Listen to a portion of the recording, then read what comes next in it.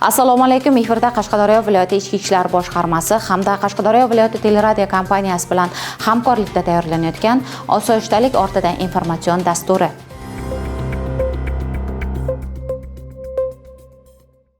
Ichki ishlar vazirining farmoyishiga asosan o'tkazilayotgan xavfsiz va sog'lom yurt keng qamrovli tezkor profilaktik tadbir doirasida Qamashi tumanida fuqarolar salomatligiga jiddiy xavf tug'diruvchi qo'lbola yog' ishlab chiqarish bilan shug'ullangan shaxs aniqlandi.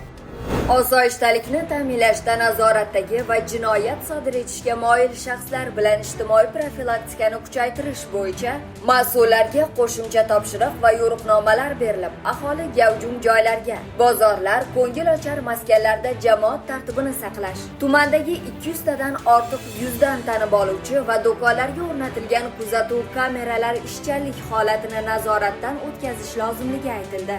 Jarayonda aholi gavjum joylarda o'rnatilgan 50 ga yaqin tashvish tugmalarining ishlash jarayoni ko'zdan kechirildi.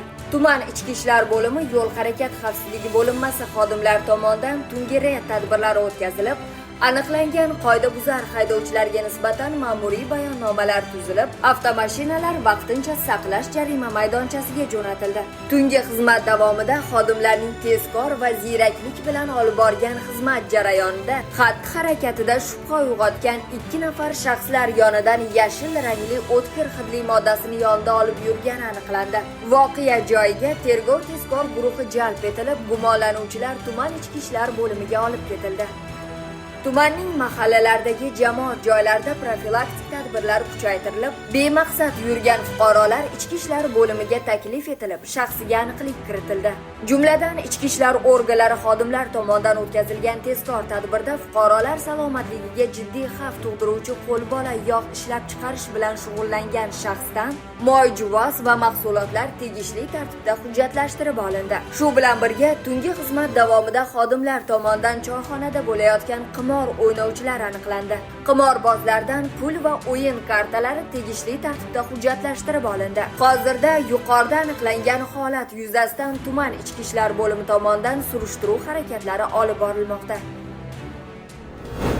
Xavfsiz va sog'lom yurt keng qamrovli tadbir davomida viloyatda 25 ta holatda 500 grammga yaqin giyohvandlik vositalari, 4 ta holatda 460 dona psixotrop tabletkalar, 600 tubga yaqin kannabis o'simliklari aniqlandi va belgilangan tartibda rasmiylashtirib olindi. Qarshi tumani O'zbekiston mustaqilligi mahallasida yashovchi fuqaro Soipov xatti-harakatlari ichki ishlar organlari xodimlarida shubha uyg'otdi. Xodimlarning shubhasi o'rinli bo'lib chiqdi. Viloyat va Qarshi tuman ichki ishlar organlari tezkor xodimlari tomonidan uning xonadoni qonun doirasida ko'zdan kechirilganda 45.9 gramm marixuana giyohvandlik moddasi topilib, protsessual tartibda tegishli hujjatlar rasmiylashtirib olindi. Mazkur holat yuzasidan Qarshi tuman ichki ishlar bo'limi huzuridagi tergov bo'limi tomonidan O'zbekiston Respublikasi Jinoyat kodeksining 276-moddasi 2-qismi A bandi bilan jinoyat ishi qo'zg'atilib, tergov harakatlari olib borilmoqda. Bugun giyohvandlikka qarshi butun jahon miqyosida keskin kurash olib borilmoqda. Yurtimizda ham giyohvandlik moddalarini yetishtirish, o'tkazish va sotishlik mudhish holatlarga barham berish, ayniqsa yoshlar o'rtasidagi giyohvandlik moddalari va vositalari tarqalishining oldini olish maqsadida ichki ishlar organlarida xavfsiz va sog'lom yurt keng qamrovli tezkor profilaktik tadbiri o'tkazilmoqda. Kasbi tuman ichki ishlar bo'limi tezkor xodimlar tomonidan o'tkazilgan tadbirda Yuksalish mahallasida yashovchi To'rayev xonadonida gultuvaklarda kannabis giyohvandlik o'simligini yetishtirib kelayotganligi aniqlandi. Giyohvand moddani yekish yaxshi emas ekan, afsusdaman. Uyatli bo'lib qoldim bolalarning oldida, nevaralarning oldida. Hech kimga maslahat bermayman. Noqonuniy ekan bu. Qilgan ishimdan pushaymonman.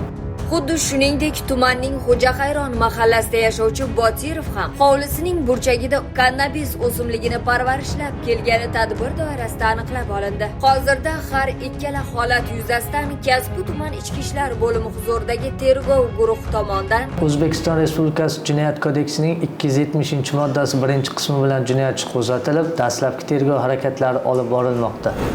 Mazkur tadbir respublika bo'ylab davom etmoqda.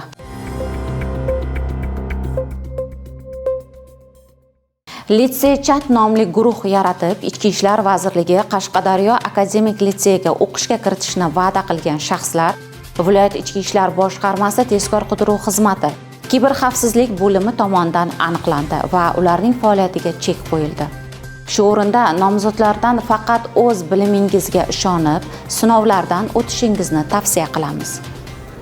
Ichki ishlar vazirligi tizimidagi akademik litseylar vatanimiz xizmatiga sadoqatli, bilimli yoshlarni tayyorlaydigan muhim ta'lim maskani hisoblanadi. Har yili minglab o'quvchilar belgilangan sinov va imtihonlardan o'tib, akademik litseyga o'qishga qabul qilinadi. Barcha imtihon jarayonlari adolat va shaffoflik asosida olib boriladi. Afsuski, ayrim shaxslar ijtimoiy tarmoqlar orqali soxta guruh va kanallar ochib, Ichki ishlar vazirligi akademik litseyi to'g'risida noto'g'ri ma'lumot berib, o'qishga kirish istagida bo'lgan nomzodlar va ularning ota-onalarini chalg'itishmoqda. Qashqadaryo viloyati Ichki ishlar boshqarmasi tezkor qidiruv xizmati kiberxavfsizlik bo'limi tomonidan o'tkazilgan internet monitoringi davomida Telegram messenjerda Ichki ishlar vazirligi Qashqadaryo akademik litsey ma'muriyati tomonidan imtihon kunlari hamda e'lonlar joylanuvchi guruhga o'xshash bo'lgan Litsey Chat nomli guruh yaratilib, unda imtihon kunlarini o'zlari belgilab olib, fuqarolarni aldab, ularni imtihon bo'lmagan kunda ham litseyga kelishga undaganlik holati aniqlandi. Tezkor qidiruv tadbirlari natijasida ushbu guruhda adminlik huquqiga ega profillar, faol yozishmalar, imtihonlarga oid ko'plab xabarlarni yozib kelayotgan bir nechta profillar o'rganildi. O'rganishlar natijasida ushbu guruh admini G'uzor tumanida yashovchi Ravshanov Nodir va Razzoqov Sarvarlar ekanligi aniqlandi. Surishtiruv jarayonida Telegram guruhga a'zo bo'lgan ota-onalarga qo'ng'iroq qilib, agar farzandi Ichki ishlar vazirligi Qashqadaryo akademik litseyi kirish imtihonlaridan o'ta olmagan taqdirda ularga yordam berishi mumkinligi to'g'risida takliflar berganligi ma'lum bo'ldi. Hozirda holat yuzasidan surishtiruv harakatlari olib borilmoqda. Hurmatli ota-onalar va nomzodlar, ijtimoiy tarmoqlarda tarqatilayotgan turli xildagi yolg'on xabarlarga ishonmang. Har bir ma'lumotni rasmiy manbalar orqali tekshiring. Qasddan yolg'on ma'lumot tarqatganlik uchun qonunda javobgarlik borligini eslatib o'tamiz.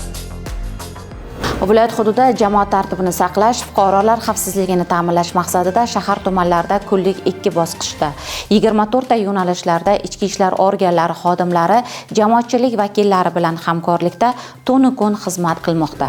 O'tgan hafta davomida viloyat ichki ishlar boshqarmasi, jamoat xavfsizlik xizmati, jamoat tartibini saqlash boshqarmasi, patrul-post xizmati batalyon xodimlari tomonidan ko'cha va jamoat joylarida bemaqsad yurgan, shubha uyg'otgan jinoyat va huquqbuzarliklar sodir etishga moyil bo'lgan jami 1383 nafar fuqarolar, shundan mast holatda 35 nafar, tilamchilar 114 nafar, huquqbuzarlik sodir etganlar 389 nafar, ichki ishlar organlarida profilaktik hisobda turuvchi 15 nafar, jinoyat sodir etganlikda gumondor 8 nafar, bemaqsad yurgan 806 nafar fuqarolar ichki ishlar bo'limlariga olib kelindi. Viloyat hududidagi 7438 ta obyektlar tekshirildi. Shuningdek, tungi vaqtda qarovsiz qoldirilgan 56 ta buyumlar o'z egalariga ogohlantirilib topshirildi.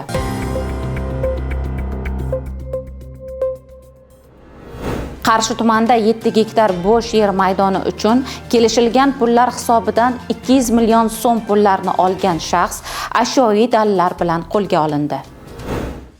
Joriy yilning 27-fevral kuni Qashqadaryo viloyati Ichki ishlar boshqarmasi tezkor qidiruv xizmati, jinoyat qidiruv boshqarmasi korrupsiya va iqtisodiy jinoyatlarga qarshi kurashish bo'limi xodimlari tomonidan Qarshi shahrida o'tkazilgan tezkor tadbirda yer sotayotgan shaxsning kirdikorlari fosh etildi. Tumandagi 7 gektar bo'sh yer maydonini 680 million so'm evaziga Qarshi shahridagi yashovchi fuqaro nomiga rasmiylashtirib berishini va'da qiladi.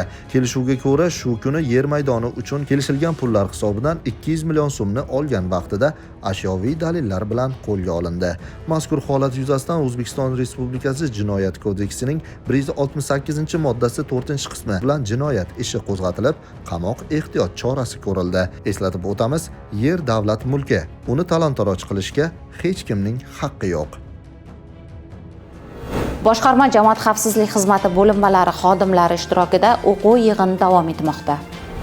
O'zbekiston Respublikasi Ichki ishlar vazirining 2024-yil 5-oktyabrdagi Ichki ishlar organlari xodimlarining xizmat, jangovar, jismoniy va axloqiy psixologik tayyorgarligini tashkil etish, malaka toifasi hamda reyting baholash tizimini yanada takomillashtirish to'g'risidagi buyrug'i hamda Ichki ishlar vaziri o'rinbosarining 2025-yil 14-mart kunidagi 101-son farmoyishi ijrosini ta'minlash maqsadida viloyat Ichki ishlar boshqarmasi boshqarma jamoat xavfsizligi xizmati bo'linmalari ishtirokida harbiy qismda navbatdagi o'quv yig'ini davom etmoqda. Ayni kezlarda harbiy qismda bo'lib o'tayotgan profilaktika inspektorlarining kasbiy bilim va ko'nikmalarini oshirishga doir o'quv seminariga boshqarma sohaviy xizmatlari va mutaxassis xodimlar jalb etilib, ularning nazariy va amaliy bilimlari oshirilmoqda. O'quv yig'inida ishtirokchilarga ommaviy axborot vositalari va ijtimoiy tarmoq faollari hamda blogerlar bilan muloqotda muomala va muloqot madaniyati, jinoyat haqidagi ariza, xabar va boshqa ma'lumotlarni elektron tizim orqali to'g'ri bajarish hamda ma'muriy bayonnomalarni shakllantirish tartibi, xotin-qizlarni tazyiq va zo'ravonlikdan himoya qilish, himoya orderi berish tartiblari to'g'risida ishtirokchilarga ma'ruzalar qilindi. Tadbirda mavzu doirasida ishtirokchilarning savollariga javoblar berildi. Ko'ktala tumanida yashovchi fuqaro qoidabuzarlikni yashirish maqsadida yo'l patrul xizmati xodimiga pora berayotganda qo'lga olindi. Haydovchi O'runov boshqaruvida Cobalt rusumli avtomashinani davlat raqamini yechib harakatlanayotganda Chiroqchi tuman ichki ishlar bo'limi yo'l harakati xavfsizligi bo'linmasi yo'l patrul xizmati xodimlari tomonidan to'xtatilib, avtomashina jarima maydonchasiga qo'yildi. Haydovchi tuman ichki ishlar bo'limi yo'l harakati xavfsizligi bo'linmasi ma'muriy huquqbuzarlik materiallarini ko'rib chiqish bo'yicha inspektorga uchrashib, sodir etgan huquqbuzarligi bo'yicha rasmiylashtirilgan bayonnomani bekor qilish va avtomashinasini jarima maydonchasidan chiqarib berish evaziga 1 million so'm pora taklif qiladi. Inspektor unga bir necha bor pora berish jinoyat ekanligini, jinoiy javobgarlikka tortilishi to'g'risida ogohlantirishiga qaramasdan o'zining fikridan qaytmaydi. Oqibatda serjant Asliddin Murodov mazkur holat yuzasidan qoidabuzar haydovchiga chora ko'rish uchun rahbariyatga bildirgi bilan murojaat qildi. Holat yuzasidan Ichki ishlar vazirligi shaxsiy xavfsizlik boshqarmasi, Qashqadaryo viloyati bo'yicha boshqarmasi va iqtisodiy jinoyatlarga qarshi kurashish boshqarmasi, Shahrisabz bo'limi xodimlari hamkorligida o'tkazilgan tezkor tadbirda haydovchi serjantga 680 ming so'm pullarni berayotgan vaqtida daliliy ashyo bilan ushlandi. Mazkur holat yuzasidan departamentning Shahrisabz shahar bo'limi tomonidan jinoyat ishi qo'zg'atilib, dastlabki tergov harakatlari olib borilmoqda. Viloyat ichki ishlar boshqarmasi, jamoat xavfsizligi xizmati, yo'l harakati xavfsizligi boshqarmasi, yo'l patrul xizmati inspektorlari tomonidan o'tgan hafta davomida viloyat yo'llarida mast holatda avtomashina boshqargan 63 nafar haydovchilarga hamda svetoforning qizil chirog'idan o'tgan 1168 ta yo'l transport hodisasini keltirib chiqargan 10 ta, davlat raqamini yechib harakatlangan 16 ta holatlar aniqlanib, tegishli choralar ko'rildi. Jumladan boshqa avtomashinaga tegishli davlat raqamini Spark rusumli avtomashinaga taqib, takror qoidabuzarlik qilgan haydovchi ham tadbir jarayonida aniqlandi.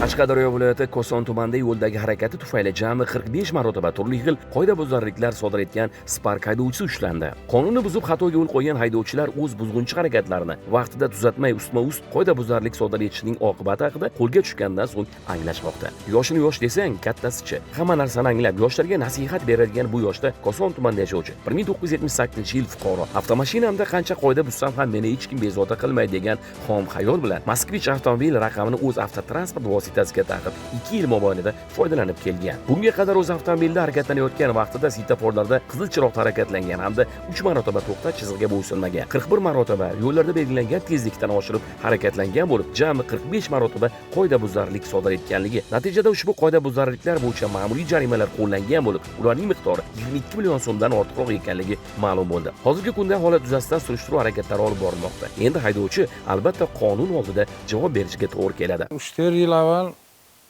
Moskvich olgandim, Toshkent nomeri bilan Toshkentda. Eskiligi uchun men olmadim.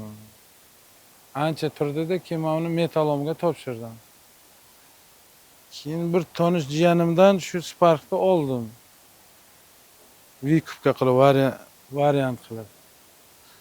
Keyin qarzdorligi ko'pligi uchun men olmadim. Keyin men shu Moskvichdan nomerini to'qib, qarzdorligini uzib oform qilib olaman dedim.